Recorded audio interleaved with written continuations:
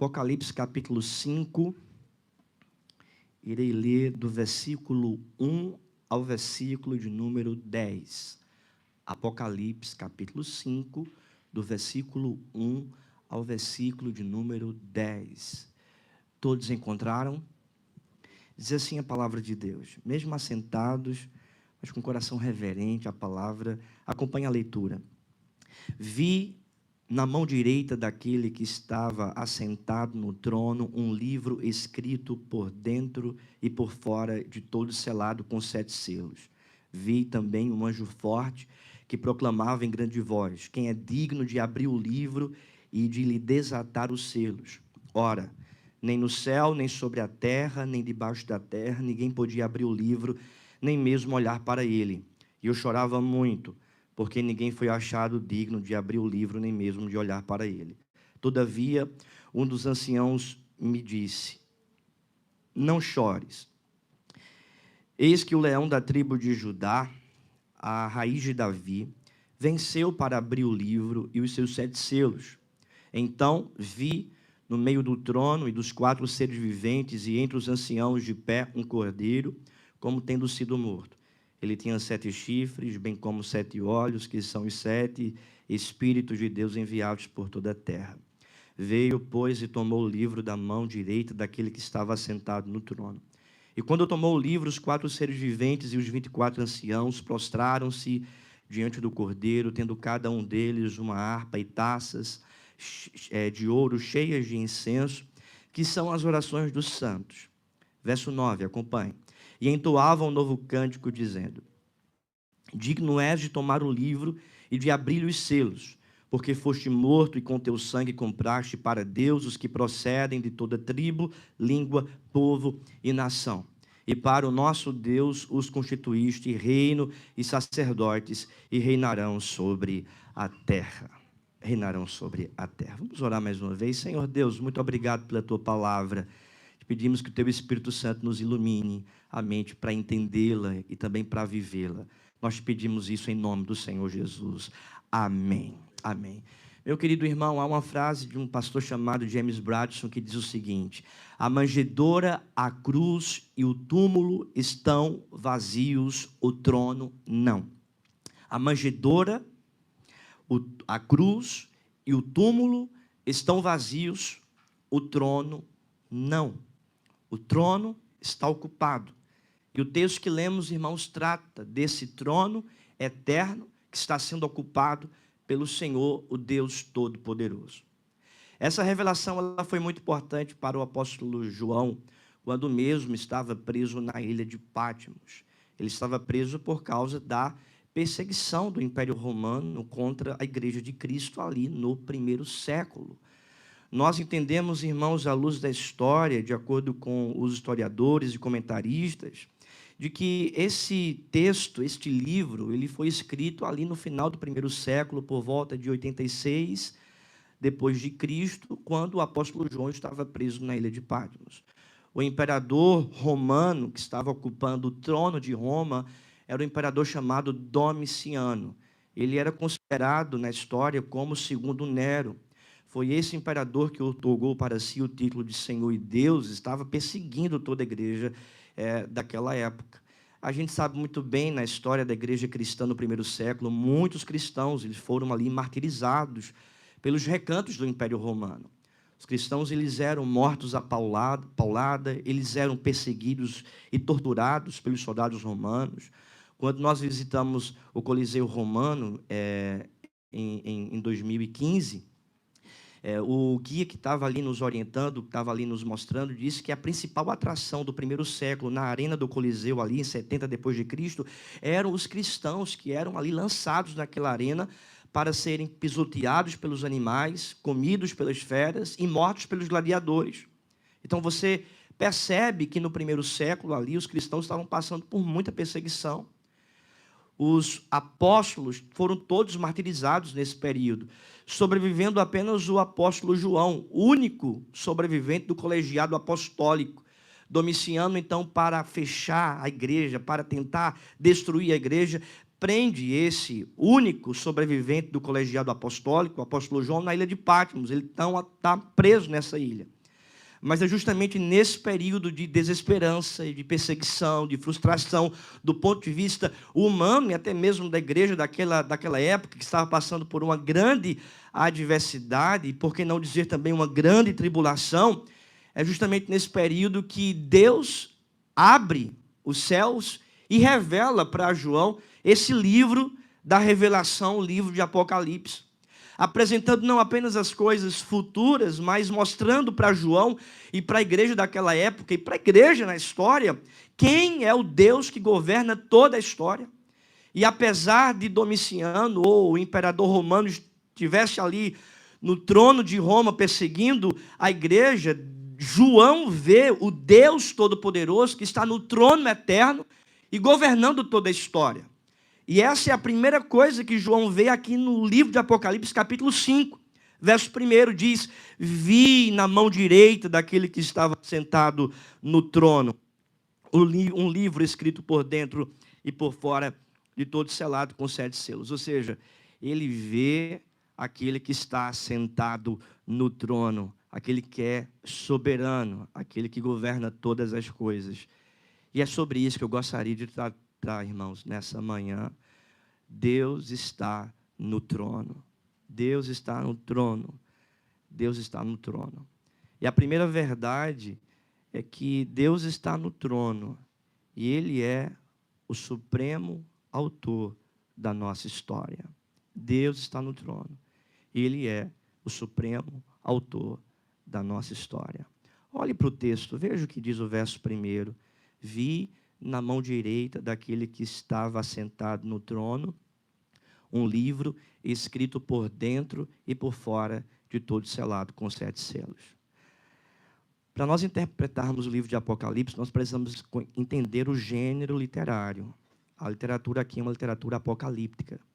E essa literatura apresenta verdades espirituais e reais por meio de imagens, por meio de símbolos. E João aqui está vendo um livro na mão direita daquele que está sentado no trono. Esse livro, para a cultura hebraica, e João era um hebreu de cultura semítica, esse livro simboliza a história da humanidade, a história da nossa vida. Esse livro simboliza a minha história, a sua história. E o seu autor é aquele que está segurando com a mão direita esse livro. Ou seja, Deus está segurando esse livro com a sua mão direita, representando assim, nessa imagem, que Ele é o autor da nossa história, o autor da história da humanidade. O comentarista chamado William Hendricks, que escreveu livros sobre o assunto, sobre esse texto específico, ele fala que esse livro representa o plano eterno de Deus, ou seja, o escrito de Deus para a nossa história, a história da humanidade. Ou seja, Deus está no trono e Ele é o autor da nossa história, da nossa vida. João recebe essa visão, cuja intenção é abrir os olhos da igreja para a realeza, a majestade, o governo, o domínio e a autoria de Deus em nossa vida e em nossa história. Perceba, se Ele é o autor da nossa história, e essa história que está aqui sendo representada nesse livro, e esse livro que está na mão direita de Deus, Ele conhece a nossa história. Ele conhece a nossa vida. E Ele conhece a nossa história não porque alguém lhe contou. Ele conhece a nossa história não porque Ele sabe do futuro da nossa história, mas Ele conhece a nossa história porque Ele é o autor dela. Ele é o autor da nossa história e Ele conhece a nossa vida. Talvez você esteja aqui nessa manhã dizendo: eita, pastor, ninguém conhece a minha vida, ninguém sabe do que eu passo, ninguém sabe do que acontece na minha história, na minha casa, em minha família, ninguém conhece o que se passa dentro do meu coração, dentro da minha mente, mas eu digo para você nesta manhã, Deus conhece o seu coração, Deus conhece a sua vida, Deus conhece a sua história, Deus conhece a sua mente, Deus conhece o que se passa dentro da sua alma, porque Deus é o autor dela. Se você olhar para o texto, você vai perceber isso, o conhecimento de Deus. Por exemplo, veja o que diz aí no capítulo 2, verso 2 de Apocalipse, capítulo 2, verso 2, conheço as tuas obras. Veja o que diz o verso 9 do capítulo 2, conheço a tua tribulação. Versículo 13, conheço o lugar em que habitas. Versículo 19 do capítulo 2, conheço as tuas obras. Capítulo 3, a parte final aí, conheço as tuas obras, que tem nomes de que vives e estás morto. Veja o que diz o capítulo 3, versículo 8, conheço as tuas obras. Versículo 15, conheço as tuas obras. Ou seja, Deus é um Deus que conhece a nossa história, conhece a nossa vida, conhece as nossas obras, conhece o nosso coração, conhece a nossa mente, conhece tudo que se passa dentro de nós. Por quê? Porque Ele é soberano, Ele está no trono e Ele é o autor da nossa história. Diante dessa realidade, irmãos, nós podemos trazer aqui duas verdades para a nossa vida. A primeira verdade é que, veja, se Deus ele é o autor da nossa história, Ele é soberano, Ele está no trono, então toda ansiedade do nosso coração, ela é dissipada. Porque, veja, se Deus é soberano, se Ele é o autor da nossa história, se Ele governa todas as coisas, e a nossa vida está em suas mãos, como diz o texto, então toda ansiedade, toda preocupação excessiva, toda inquietação com o dia de amanhã, toda angústia, tudo isso é dissipado porque o Deus soberano tem cuidado de nós e a nossa vida está bem guardada na mão direita dEle. A segunda verdade que a gente pode trazer ao nosso coração é que, veja, se Ele é soberano, está no trono, governa a história e tem a nossa vida em suas mãos, nós podemos também estar na expectativa de que a qualquer momento, em qualquer hora, a nossa tribulação, a nossa inquietação, a nossa angústia, a nossa perseguição, a tribulação que João vivia na ilha de Patmos, a qualquer momento, Deus, Ele pode também intervir, dissipar, mudar. Porque se Ele é soberano, está no trono eterno, basta somente uma palavra de Deus para tudo mudar. Basta somente uma palavra de Deus para Ele mudar toda a situação. Porque Ele é o dono de toda situação, de todas as circunstâncias. Porque Ele é o Deus soberano e o autor de toda a história da humanidade. Amém? Perceba essas verdades. Deus, Ele é soberano, Ele está no trono. Portanto, Ele é o autor da história da nossa vida. A nossa vida não está sendo pautada pela aleatoriedade desse mundo. A nossa vida não está sendo conduzida pelas decisões dos governos deste mundo. A nossa vida não está sendo conduzida nem mesmo pelas nossas próprias decisões. A nossa vida está sendo conduzida pela decisão de Deus, pelo governo de Deus, pela condução do Senhor. Ele é o autor da nossa história. Segunda verdade. Deus está no trono e Ele é a plena providência da nossa vida. Ele é a plena providência da nossa vida. Olhe para o texto, veja o que diz o versículo 2. Vi também um anjo forte que proclamava em grande voz: quem é digno de abrir o livro e de lhe desatar os selos? Ora, verso 3 diz: nem no céu, nem sobre a terra, nem debaixo da terra, ninguém podia abrir o livro, nem mesmo olhar para ele. João vê nessa visão que o livro que representa a nossa história está fechado, está selado. Veja que no versículo 1 diz que o livro está selado. Esse livro, escrito por dentro e por fora, está todo selado, com 7 selos. O particípio grego aqui, selado, está numa forma composta para denotar perfeição, ou seja, ele está completamente selado, fechado esse livro. E na cultura hebraica, nessa cultura semítica, o livro fechado, esse livro escrito por dentro e por fora, fechado, simboliza uma história sem solução. uma história sem salvação.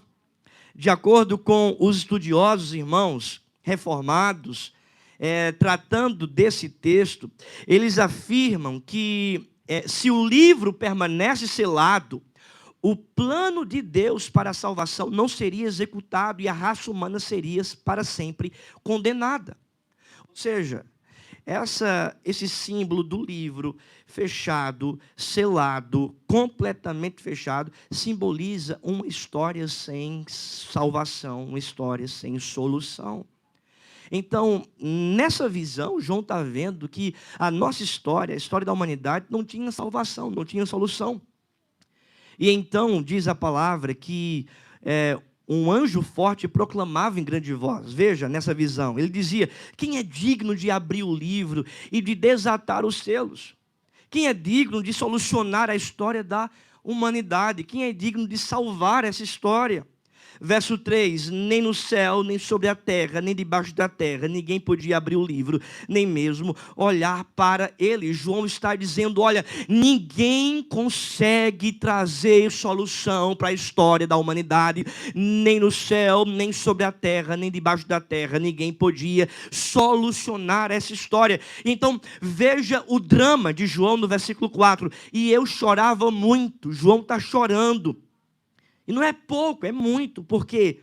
Porque ninguém foi achado digno de abrir o livro, nem mesmo de olhar para ele. Ou seja, essa história, ninguém era digno de solucionar, de abrir o livro, ou seja, de resolver, de redimir, de resgatar, de trazer salvação e solução para a história da humanidade. E João está aqui dizendo que ele chorava muito, porque ninguém era digno de trazer essa providência, essa interferência, solucionar a nossa história. E nós sabemos aqui, irmãos, que o problema não era simplesmente um problema circunstancial do Império Romano perseguindo a igreja, mas o problema aqui é o problema registrado, o problema do pecado. Por causa do pecado, a humanidade estava caminhando, e ainda está muita gente caminhando para a condenação eterna. O nosso maior problema não era um problema circunstancial, não era um problema de perseguição momentânea, mas o nosso maior problema era o pecado. O pecado, a palavra de Deus diz que o salário do pecado é a morte, e por causa do pecado nós estávamos trilhando o caminho de morte eterna. E muitos ainda estão escravizados ao pecado, condenados à condenação eterna por causa de seus pecados. E o pecado é a transgressão da lei de Deus, o pecado é a desobediência à palavra do Senhor. Quando nós desobedecemos, nós estamos pecando. E o apóstolo Paulo disse que não há um justo sequer na face da terra, pois todos pecaram e destituídos estão da glória de Deus. Ou seja, todos nós estávamos trilhando o caminho da morte eterna, o caminho da condenação, do inferno, por causa dos nossos pecados. Certa vez Billy Graham disse que o pecado não é simplesmente quebrar a lei de Deus, mas é também ficar aquém da vontade do Senhor. E isso tem respaldo bíblico, porque, por exemplo, Deus pede para a gente amar o nosso próximo, mas muitas vezes nós não amamos como Deus quer que a gente ame, e ficamos aquém da vontade de Deus.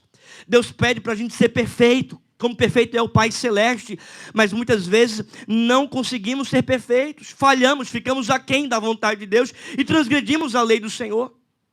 E sobre nós estava isso. Esse livro fechado, essa condenação. Quem é digno de trazer salvação? Quem é digno de solucionar o nosso problema?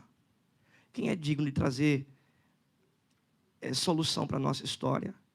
E João está dizendo, olha, eu não sou digno. Nós não somos dignos. Não há ninguém que consiga solucionar a história da humanidade. Esse problema do pecado e da condenação eterna. Entretanto, irmãos, veja o que diz o versículo 5. Todavia, um dos anciãos me disse, não chores. Eis que o leão da tribo de Judá, a raiz de Davi, venceu para abrir o livro e os seus 7 selos. Eu pergunto para você, quem é o leão da tribo de Judá? Quem é a raiz de Davi? O ancião, na visão, chega para João e diz: João, chore. Porque o leão da tribo de Judá, ele veio. A raiz de Davi, ele desceu, ele veio a esse mundo para abrir o livro e desatar os selos, ou seja, para trazer salvação, solução, redenção. Venceu, e o verbo aqui venceu, irmãos, ele pode ser também traduzido por boas novas, ou seja, ele veio trazer boas novas de salvação, a boa nova do Evangelho. Ou seja, o Filho de Deus, o unigênito do Pai, Jesus Cristo, ele veio a esse mundo e como leão da tribo de Judá, ele foi perfeito em nosso lugar, obedecendo a lei, cumprindo a lei, não pecando, não desobedecendo, sendo tentado pela antiga serpente no deserto, mas nos representando, cumprindo a lei diante de Deus. Mais que isso, ele foi morto pelos nossos pecados. O castigo que deveria estar sobre nós, esteve sobre Jesus Cristo, e ele morreu pelos nossos pecados. O salário do pecado é a morte, mas Jesus Cristo veio como Cordeiro de Deus para morrer pelos nossos pecados. Ele foi sepultado ao terceiro dia, ressuscitou. E então o verso 6 diz: então vi no meio do trono e dos 4 seres viventes e entre os anciãos de pé um cordeiro como tendo sido morto. Veja, ele vê Jesus. Não é um cordeiro morto, mas a expressão é como tendo sido morto. Ou seja, ele tinha as marcas da morte, as marcas da crucificação, mas ele estava vivo, de pé. Ele vê Jesus Cristo nessa visão. Ele vê então aquele que é digno de solucionar a história da humanidade, o Cristo que veio, morreu pelos nossos pecados, que ressuscitou ao terceiro dia e que vivo está. Então diz a palavra, como tendo sido morto. Ele tinha 7 chifres, bem como 7 olhos, que são os 7 Espíritos de Deus enviados por toda a terra. Ou seja, João vê aqui Jesus Cristo vivo, que veio a esse mundo e venceu para abrir o livro. Ele pisou na cabeça de Satanás, na cruz do Calvário, conforme disse o apóstolo Paulo, escrevendo a sua carta aos Colossenses. Na cruz ele triunfou sobre principados e potestades, encravando-os na cruz. Ele venceu. A crucificação não é a derrota, não é uma derrota de Jesus. A crucificação é a vitória de Cristo sobre principados e potestades. Ele venceu para abrir o livro.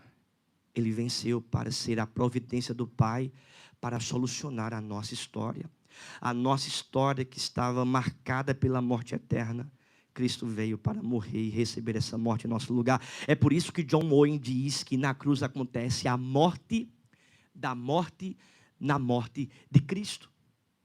Ou seja, na cruz, a morte que nos assolava, ela é morta, ela é destruída pela morte de Jesus Cristo. Na cruz acontece a morte da morte na morte de Cristo. Ou seja, ele vence a morte, ele destrói a morte.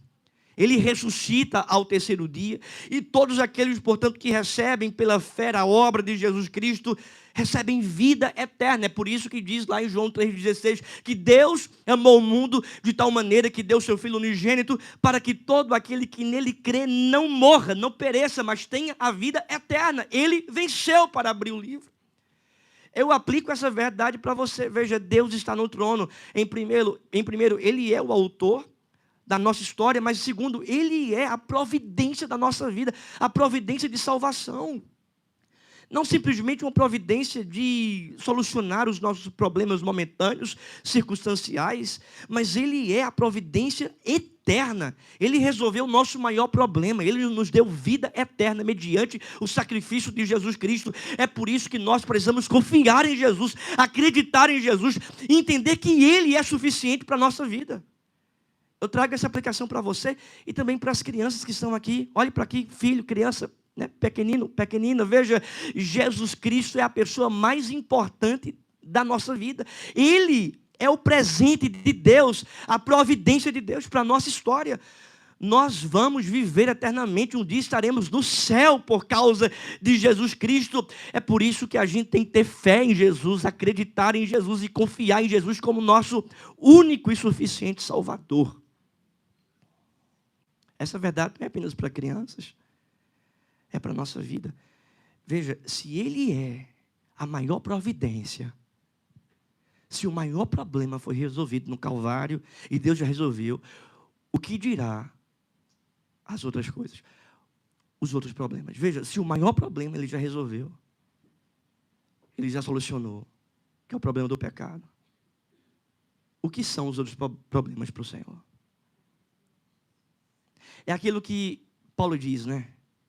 Aquele que não poupou seu próprio filho, antes por todos nós o entregou, porventura, não nos dará graciosamente com ele todas as coisas.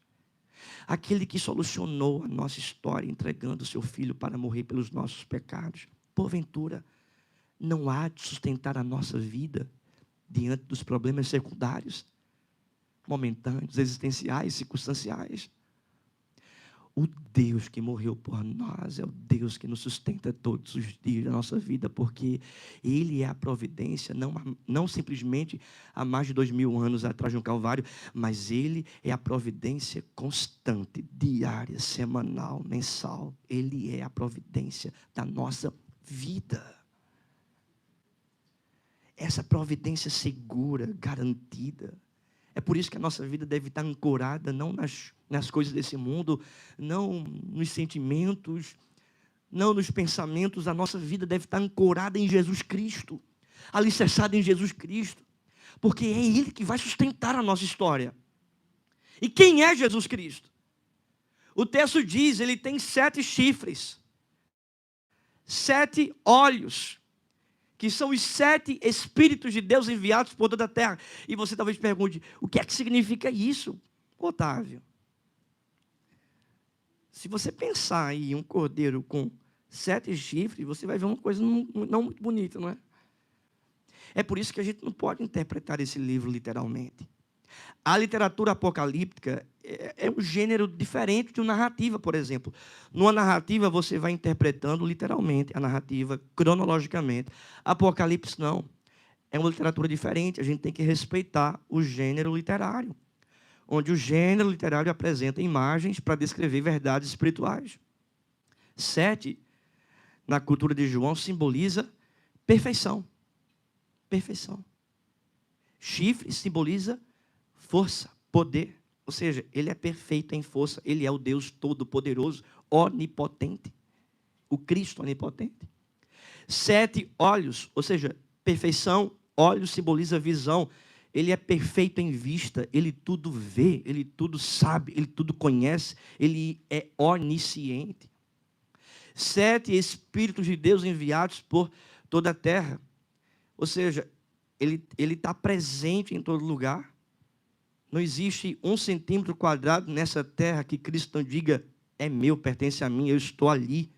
Tudo pertence a Ele. O profeta Isaías diz, toda a terra está cheia da sua glória, tem a marca de Deus, o seu Criador. Ele é onipresente. Dos 14 livros que eu li sobre esse texto, revisando o sermão, comentários bíblicos, os 14 são unânimes em afirmarem aqui que esse texto, esse versículo 6 aqui, trata especificamente da onipotência, da onipresença e da onisciência de Deus.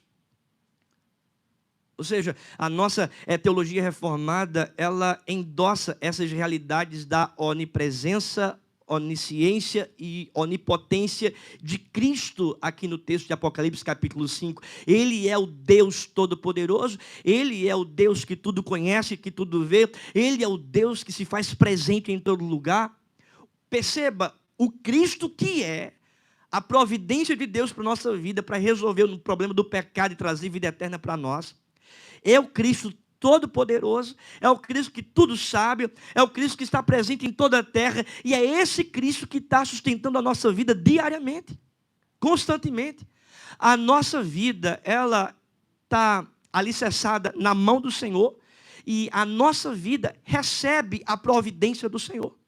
Nós não somos adeptos, por exemplo, do deísmo, que acredita que Deus fez a criação e soltou essa criação ao léu para essa criação se virar. É como se fosse aqueles carrinhos de brinquedo que você pega, bota no chão, e aí pressiona, coloca para trás e solta. E aí o carrinho vai até onde a pressão dá, não é? Então o deísmo acredita que Deus fez a criação assim. Pegou a criação, pressionou, colocou para trás e soltou, e ela que se vire. Nós não somos adeptos a essa ideologia, a esse pensamento. Nós cremos sim que Deus é o autor da história, mas cremos sim que Deus sustenta essa história, que Deus é a intervenção nessa história, que Ele é a intervenção da nossa vida, e que Ele pode sim manifestar a sua providência na nossa vida diária, em qualquer momento, em qualquer lugar. Não há, portanto, impossibilidades para Deus. Porque veja, se Ele é o Deus Todo-Poderoso, que tudo vê e que está em todo lugar, me diga algo que seja grande para o Senhor.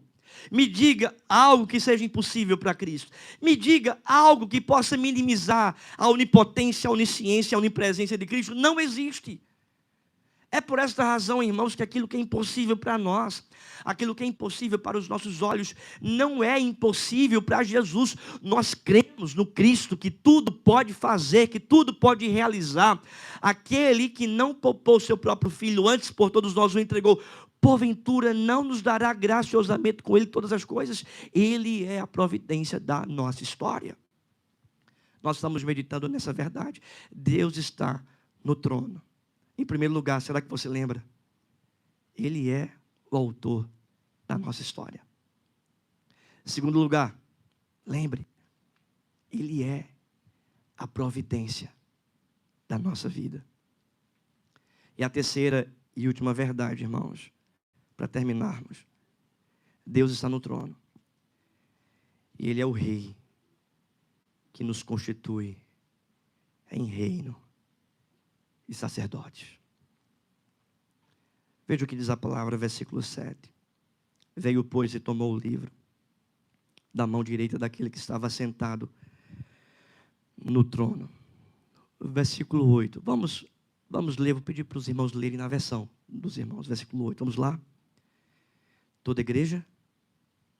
Quando tomou o livro, os 4 seres viventes e os 24 anciãos prostraram-se diante do Cordeiro, tendo cada um deles uma harpa, taça de ouro cheia de incenso, e são as orações dos santos. E entoavam um novo cântico, dizendo: digno és de tomar o livro e de abrir-lhe os selos, porque foste morto e com teu sangue compraste para Deus os que procedem de toda tribo, língua, povo e nação. E para o nosso Deus os constituíste reino e sacerdote, e reinarão sobre a terra. Veja, na visão agora nós temos um fechamento. O Senhor então toma o livro, porque Ele abriu o livro, e então há um cântico, e entoava um novo cântico. Nós estamos aqui diante do cântico celestial, o cântico do céu, nessa visão. E eles estão cantando sobre o quê e sobre quem? Eles estão cantando sobre a redenção e sobre Jesus. Veja o cântico celestial: digno és de tomar o livro e de abrir-lhe os selos, porque foste morto e com teu sangue compraste para Deus os que procedem de toda tribo, língua, povo e nação. O cântico celestial, irmãos, reflete como deve ser o cântico da igreja aqui. Veja, o cântico da igreja triunfante é um reflexo de como deve ser também o cântico da igreja militante.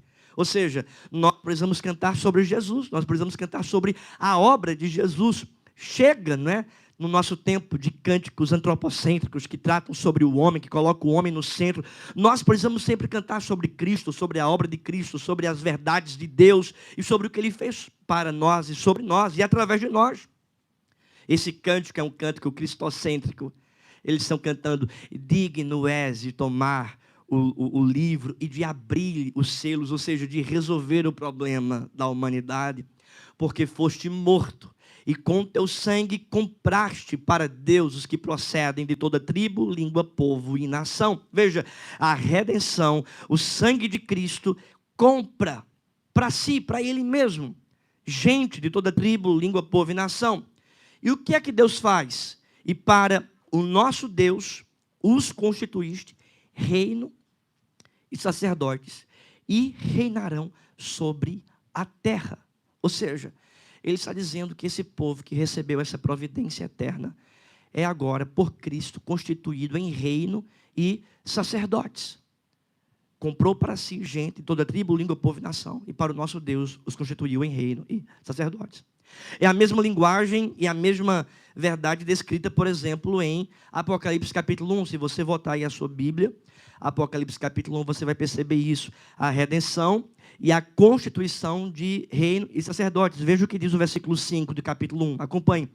E da parte de Jesus Cristo, a fiel testemunha, o primogênito dos mortos e o soberano dos reis da terra, aquele que nos ama, veja, e pelo seu sangue nos libertou dos nossos pecados, versículo 6, e nos constituiu reino, sacerdotes, para o seu Deus e Pai, a ele a glória e o domínio pelos séculos dos séculos. Amém. João, portanto, no capítulo 5, está revisando essa história da redenção do capítulo 1. E agora, no capítulo 5, ele diz, olha, ele morreu e com seu sangue comprou para si gente de toda tribo, língua, povo e nação, e constituiu essa gente em reino e sacerdote. São dois aspectos ali do Antigo Testamento. Quando a gente olha para o Antigo Testamento, o reino, ou o rei, era aquele que tinha acesso a Deus, era ungido pelo óleo que simbolizava a presença do Senhor. O sacerdote fazia a mediação entre Deus e o povo, tinha acesso a Deus. E a igreja hoje, que foi comprada pelo sangue de Cristo, recebe a presença do Espírito Santo e tem acesso a Deus, o Pai, por meio de Cristo. Ou seja, é o reino de sacerdotes. Nós temos acesso a Deus. Essa expressão, irmãos, é a mesma expressão utilizada por Moisés em Êxodo capítulo 19, versículo 6. Após a libertação de Israel do Egito, Deus diz a Moisés, vós me sereis reino de sacerdotes e nação santa. São essas palavras que falarás aos filhos de Israel após a libertação. Nós recebemos uma libertação maior, não do Egito, mas do pecado, libertação do império das trevas. E essa mesma palavra também irmãos, descrita sobre a nossa vida. Ele nos resgatou, nos libertou e nos fez em reino e sacerdotes. Nós temos acesso ao Deus Pai, nós temos diálogo com Deus. A Reforma Protestante sempre divulgou essa doutrina, o sacerdócio universal de todos os crentes. Nós temos acesso a Deus por meio de Jesus Cristo, nosso único mediador. Nós podemos falar com o Senhor e mais que isso, nós devemos dar testemunho do Senhor, porque fazemos parte do seu reino. Assim como o reino deve avançar, assim também a igreja avança, sendo espalhada por toda a face da terra com a mensagem de Jesus Cristo. Veja, você recebeu a providência do Senhor, não para ficar sentado, não para ficar assistindo o culto, não para ficar acomodado, mas você recebeu a providência de Deus, para você entender que você faz parte de um reino, e que você tem acesso a Deus, e que você deve divulgar agora a mensagem dessa providência, dessa intervenção do Senhor. Ele te constituiu em reino.